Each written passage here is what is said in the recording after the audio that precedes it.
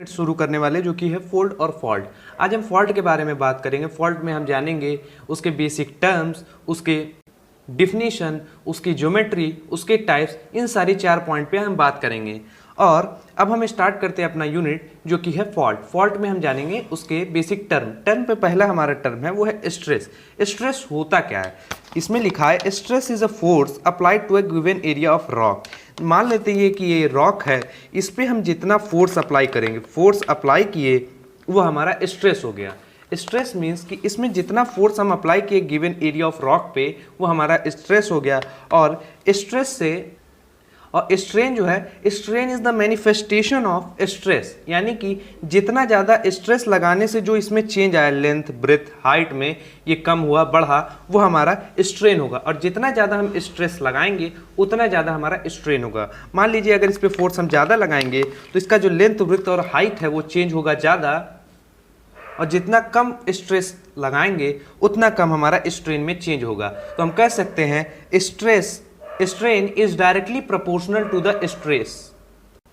अब हम स्ट्रेन को समझते हैं। Strain is the change in shape per original shape, यानी कि ओरिजिनल शेप में और जो प्रेशर लगाने, एग्जर्ट करने के बाद क्या चेंज आया वो हमें स्ट्रेन बतलाएगा। और स्ट्रेस क्या होता है कि force applied in a given rock. Basically stress जो होता है वो हम जियोमॉर्फोलॉजिकल टर्म में इसको रॉक लिए, नहीं तो साइंटिफिक टर्म में इसे कहा जाता है, इसको हम रॉक की जगह लेते हैं एरिया कि इस एरिया में, पर्टिकुलर एरिया में कितना फोर्स अप्लाई किया, तो हम स्ट्रेस को निकाल सकते हैं। स्ट्रेस इज इक्वल टू हमारा force applied upon area.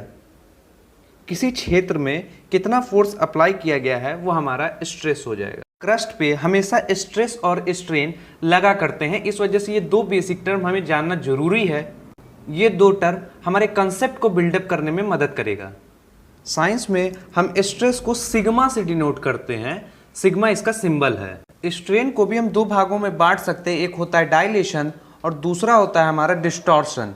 Dilation means volume में जो चेंज आएगा उसको डायलेशन कहेंगे, और जब वॉल्यूम और शेप दोनों में चेंज आएगा तब हम उसको डिस्टॉर्शन कह सकते हैं। लेकिन इतना डिटेल में हमें जानना नहीं है।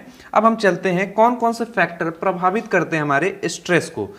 हमारे 4 फैक्टर मेनली प्रभावित करते हैं। एक है टेम्परेचर, एक है प्रेशर, एक है कंपोजिशन, एक है डिफॉर्मेशन रेट। सबसे पहले हम जानते हैं टेम्परेचर। टेम्परेचर कैसे प्रभावित करता है?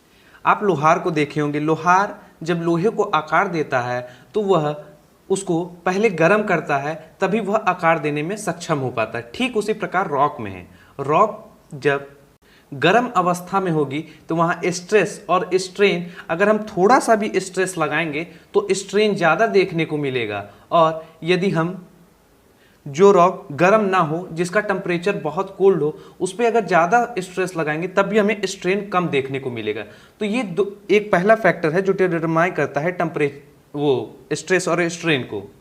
तो हम कह सकते हैं temperature is directly proportional to strain. यदि टेम्परेचर अधिक होगा तो स्ट्रेन ज़्यादा देखने को मिल सकता है, यदि टेम्परेचर कम होगा तो स्ट्रेन हमें कम देखने को मिल सकता है। अब जैसे मान लीजिए आप लोहा ही गर्म कर रहे हैं तो उसको मोड़ने और आकार देने के लिए टेम्परेचर उसका बढ़ाना पड़ता है, तो वो आसानी से आकार दिया जा सकता है इन कंपैरिजन टू जब वह ठंडा रहे। ठीक उसी प्रकार रॉक में भी होता है। दूसरा है हमारा प्रेशर। प्रेशर कैसे इम्पैक्ट करता है? यदि हम किसी बॉडी पे ज़्यादा प्रेशर अप्लाई करें, ठीक, इस पे हमने ज़्यादा प्रेशर अप्लाई किया तो ये ज़्यादा इसमें चेंज देखने को मिलेगा, स्ट्रेन देखने को मिलेगा। तो ये भी डिटरमाइन करता है। अब हम फोर्स यदि हम कम अप्लाई किए, प्रेशर हमने कम अप्लाई किया तो इसमें चेंज भी कम देखने को मिलेगा, स्ट्रेस भी कम हो जाए, स्ट्रेन भी कम होगा हमारा। तीसरा है हमारा कंपोजिशन। मान लीजिए ये हमारा रॉक है, ये हार्ड रॉक है, और ये मैंने माना कि ये सॉफ्ट रॉक है। अब हम यह सेम फोर्स इसमें अप्लाई करते हैं और सेम फोर्स इसमें अप्लाई करते हैं तो आपको देखने को मिलेगा इसमें चेंज आ रहा है, इसमें चेंज नहीं आ रहा है, क्योंकि हार्ड रॉक है। हार्ड रॉक होने के कारण रॉक के कंपोजिशन डिटरमाइन करेगा कि उसमें कितना स्ट्रेन आएगा। अगर वो हार्ड रॉक है और फोर्स कम है तो आपको ज़्यादा स्ट्रेन देखने को नहीं मिलेगा इन कंपैरिजन टू अगर रॉक सॉफ्ट है और फोर्स अगर उतना ही है तो आपको ज़्यादा चेंज देखने को मिलेगा। ये हमारा हो गया तीसरा फैक्टर, कंपोजिशन। डिफॉर्मेशन रेट ये डायरेक्टली डिपेंड करता है कि फोर्स पे। यदि ज़्यादा फोर्स है तो डिफॉर्मेशन रेट भी ज़्यादा होगा, फोर्स कम है, प्रेशर कम एक्सर्ट हो रहा है तो आपको स्ट्रेस और स्ट्रेन देखने को मिलेगा, नहीं मिलेगा, कम देखने को मिलेगा। तो ये सारे 4 फैक्टर हैं जो डिटरमाइन करते हैं। अब स्ट्रेस के अंदर हमें 3 भाग पढ़ने हैं।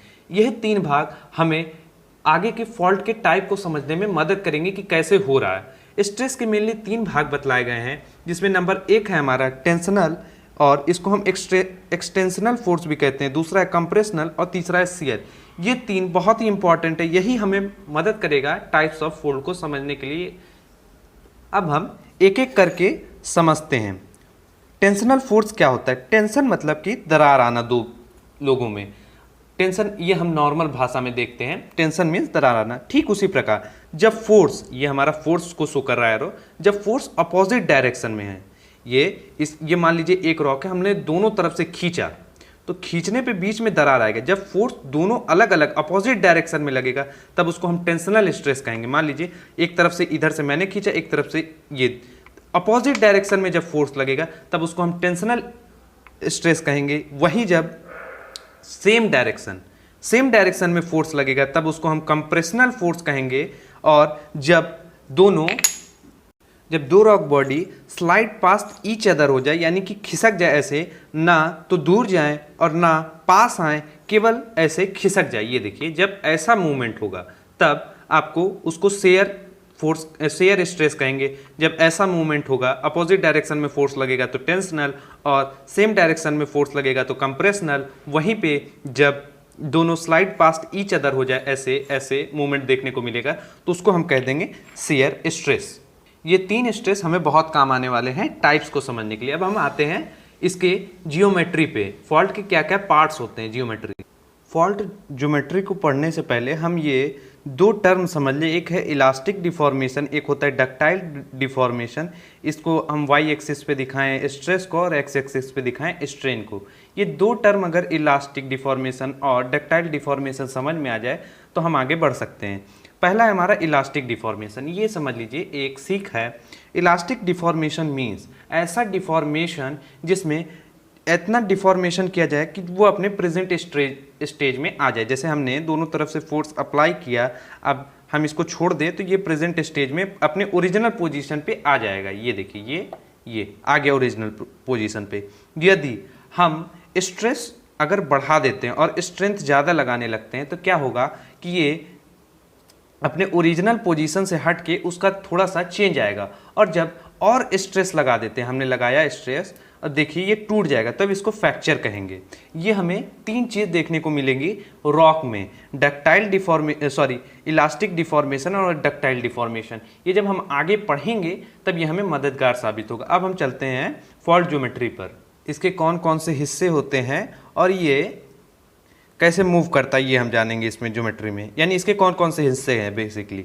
ये हमारा फॉल्ट प्लेन होता है, जिस प्लेन की मदद से यह नीचे की ओर घुस जा रहा है उसको हम फॉल्ट प्लेन कहेंगे।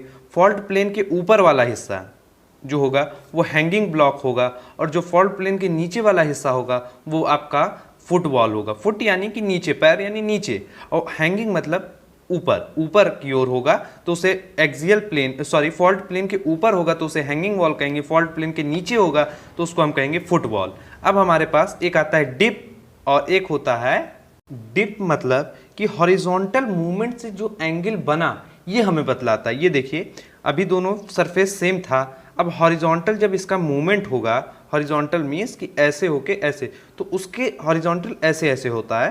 तो ऐसे जो मूवमेंट हुआ ये दोनों ये एक्सियल प्लेन को हटा दे तो ये दोनों आपस में एक जैसे थे। जैसे देखिए आप कि ये हमारा ब्लॉक है, ये एक जैसा ये ब्लॉक था। अब ये ब्लॉक जब एक्सियल प्लेन के सहारे जब एक ब्लॉक नीचे आ जाएगा तो नीचे आने के बाद जो हॉरिजॉन्टल मूवमेंट देखने को मिला, यानी कि ये ऐसे था और उसके बाद ये डिस्प्लेस होकर नीचे हुआ ना, कि ये नीचे गया और पहले यहाँ पे था, अब ये इसके साथ हॉरिजॉन्टल जो मूवमेंट होके एंगल बनाएगा उसको हम डिप कहेंगे। अब हम इसके एक एक करके डिफिनीशन पे आते हैं। पहले समझते हैं कि फॉल्ट क्या होता है। फॉल्ट मीन्स कि fracture in earth crust along which displacement occur. तो इसमें हमें 2 चीज़ याद रखनी, एक है फ्रैक्चर और एक है डिस्प्लेसमेंट।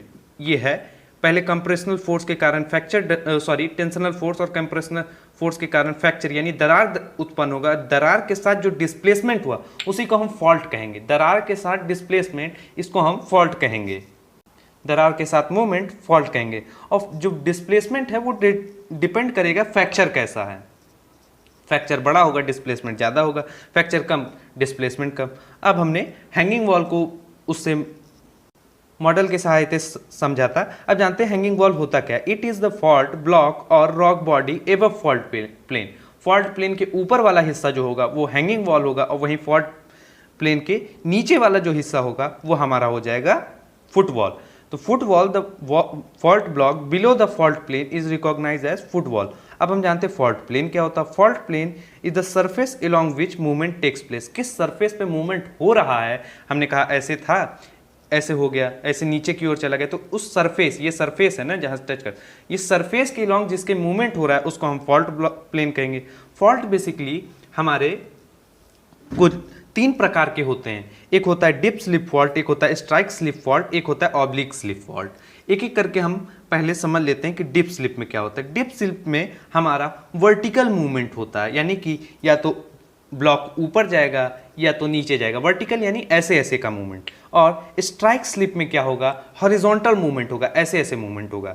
और ऑब्लिक स्लिप में होगा आपका कि दोनों देखने को मिलेगा, यानी कि डिप स्लिप यानी हॉरिजॉन्टल के साथ वर्टिकल मूवमेंट भी होगा, तब उसे हम कहेंगे ऑब्लिक स्लिप। डिप स्लिप के बेसिकली 3 पार्ट है, एक नॉर्मल फॉल्ट, एक रिवर्स फॉल्ट, एक थ्रस्ट फॉल्ट। और स्ट्राइक स्लिप के लेफ्ट लेटरल, राइट लेटरल। अब हम एक एक करके आते हैं क्या होता है, एक एक करके समझते हैं कि ये सारी चीजें हैं क्या। अब हम समझते हैं dip slip fault. Dip slip fault में हम पहला पॉइंट जान लें कि इसका जो मूवमेंट होगा वो वर्टिकल डायरेक्शन में होगा, या तो ऊपर उठेगा फॉल्ट ब्लॉक या नीचे होगा। अब हम पहला डिप स्लिप फॉल्ट में नॉर्मल फॉल्ट क्या होता है ये जानते हैं। नॉर्मल फॉल्ट को हम 3 नामों से जानते हैं। एक होता है ग्रेविटी फॉल्ट, एक होता है टेंशनल फॉल्ट, और तीसरा होता है हमारा एक्सटेंशनल फॉल्ट। अब जानते हैं नॉर्मल फॉल्ट होता क्या। Normal fault is a fault in which जब फॉल्ट एबव, नॉर्मल फॉल्ट में क्या होता है, हैंगिंग वॉल जो ऊपर वाला हिस्सा हम लोगों ने बतलाया था फॉल्ट प्लेन के ऊपर वाला हमने हैंगिंग वॉल बतलाया था, लेकिन और वहीं पे दूसरी तरफ हमने फॉल्ट प्लेन के नीचे वाला हिस्सा हम लोगों ने बताया था होता है फुटवॉल। जब नॉर्मल फॉल्ट तब हैपन होगा जब फॉल्ट प्लेन के नीचे वाला हिस्सा यानी कि फुटवॉल ऊपर की तरफ आ जाए, ये आपका ऊपर की तरफ आ जाए, और नीचे वाला जो हिस्सा है यानी हैंगिंग वॉल जो ऊपर वाला हिस्सा है वह नीचे की तरफ आ जाए। तो मूवमेंट कैसा हो रहा है, फुटवॉल का मूवमेंट इस डायरेक्शन में हो रहा है, यानी ऊपर उठ रहा है। नीचे वाली चीज ऊपर उठ रही है और ऊपर वाली चीज है वह नीचे, यानी हैंगिंग वॉल फॉल्ट प्लेन के नीचे जा रहा है, ये देखने को मिलेगा। अब देखिए हम इस डायग्राम की मदद से समझते हैं। इसमें क्या हमने बताया कि नॉर्मल फॉल्ट में क्या होता है कि जो हैंगिंग वैली है फॉल्ट प्लेन के ऊपर वाला हिस्सा नीचे की ओर चला जाएगा। ऊपर होता है हैंगिंग वॉल, तो इसका मूवमेंट कैसा हुआ, डाउनवर्ड मूवमेंट, नीचे जा रहा है। और वहीं फुटवॉल जो है वह नीचे होता था वह ऊपर चला जाए, तब इस सिचुएशन में ठीक अपोजिट हो जाए, तब इस सिचुएशन को हम कहेंगे नॉर्मल फॉल्ट। नॉर्मल फॉल्ट में बनने वाला डिप एंगल जो है वह 65 to 90 डिग्री है, और मूवमेंट जो है इसका वो वर्टिकल डायरेक्शन में होता है। इससे बनने वाले लैंडफॉर्म मेनली 2 हैं, वो हमें डिटेल्ड में नहीं पढ़ना, इस वजह से हम एक एक 2 लाइन आपको इसमें बतला दे रहे। एक होता है हॉस्ट, एक होता है ग्राबिन। ये दोनों चीज हम समझते हैं क्या होता है। हॉस्ट तब बनेगा तो जब ये नॉर्मल फॉल्ट है उसके आजू बाजू वाला हिस्सा नीचे चला जाए और उसके ऊपर ये वाला हिस्सा ऊपर उठ जाए, या बाजू वाला हिस्सा नीचे चला जाए। कहने का मतलब है कि या तो ऊपर वाला एक हिस्सा ऊपर उठ जाए, एक हिस्सा ऊपर उठ जाए और आजू बाजू वाला वैसे ही रहे, तब उसको हम हॉस्ट कहेंगे। या ऐसी सिचुएशन आए जब आजू बाजू वाला नीचे हो जाए, यानी अगल बगल वाला प्लेन जो है वो नीचे हो जाए, ये अपने आप ऊपर उठ जाएगा। ये सिचुएशन है आपका हॉस्ट बनने की। हॉस्ट जब नुकीला हो जाता है तो इसको हम कह देते हैं ब्लॉक माउंटेन में कन्वर्ट हो जाता है। ग्राबिन कैसे बनेगा, जब फॉल्ट ब्लॉक है एक हिस्सा नीचे चला जाए तब हमारा 2 नॉर्मल फॉल्ट ब्लॉक है उसके फॉल्ट के कारण एक हिस्सा नीचे चला जाए तो तब जो लैंडफॉर्म बनेगा तब उसको हम ग्राबिन कहेंगे। ये हमारा फिगर है हॉस्ट का, यानी कि इसमें क्या हुआ है, आजू बाजू वाला हिस्सा नीचे चला गया तो वो ग्राबिन बन गया, और ये हिस्सा ऊपर उठ जाए तो हॉस्ट बन जाए, या तो ये हो जाए ऊपर, दोनों नॉर्मल हो, एक हिस्सा ऊपर उठ जाए या आजू बाजू वाला हिस्सा नीचे चला जाए, तब हॉस्ट बन जाएगा। और नीचे जाने वाला हिस्सा ग्राबिन आगे चल के बन जाता है, अगर फर्दर मॉडिफिकेशन होता है रिफ्ट वैली बनता है, और हॉस्ट जो बनता है वह है ब्लॉक माउंटेन।